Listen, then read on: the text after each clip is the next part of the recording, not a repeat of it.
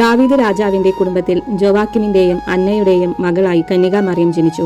രക്ഷകന്റെ ജനനം സൂര്യോദയമാണെങ്കിൽ മറിയത്തിന്റെ ജനനം ഉഷകാല നക്ഷത്രത്തിന്റെ ഉദയമാണ്. ക്രിസ്മസ് ആനന്ദത്തിന്റെ തിരുനാളാണെങ്കിൽ മേരിമസ് സന്തോഷത്തിന്റെയും കൃതജ്ഞതയുടെയും തിരുനാളായി കൊണ്ടാടേണ്ടതാണ്. ഈശോ ദൈവപുത്രനാകയാൽ മേരി ദൈവമാതാവാണ്. ഞാൻ കറുത്തവളാണെങ്കിലും അല്ലയോ ജെറുസലേം പുത്രിമാരെ സുന്ദരിയാണ് എന്ന ഉത്തമഗീതത്തിലെ വാക്യം മറിയത്തെ പറ്റിയാണെന്ന് കരുതപ്പെടുന്നു.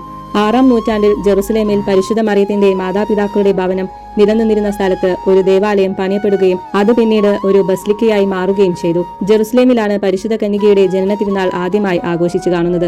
എല്ലാ സൃഷ്ടികളുടെയും ജനനത്തിൽ ആഹ്ലാദിച്ചുകൊണ്ട് ഈ അമ്മയിൽ നമ്മുടെ തന്നെ വരാനിരിക്കുന്ന പുതിയ ജീവിതം ധ്യാനിക്കുക ഏറ്റവും ഉചിതമാണ് എന്ന് ക്രീറ്റിലെ വിശുദ്ധ ആൻഡ്രൂ പറയുന്നു. ക്രിസ്തുവിന്റെ ജനനത്തിന് പുറമെ പരിശുദ്ധ കന്യകയുടെയും വിശുദ്ധ സ്നാപക യോഹന്നാന്റെയും ജന്മം മാത്രമാണ് തിരുസഭയിൽ ആഘോഷിക്കപ്പെടുന്നത്.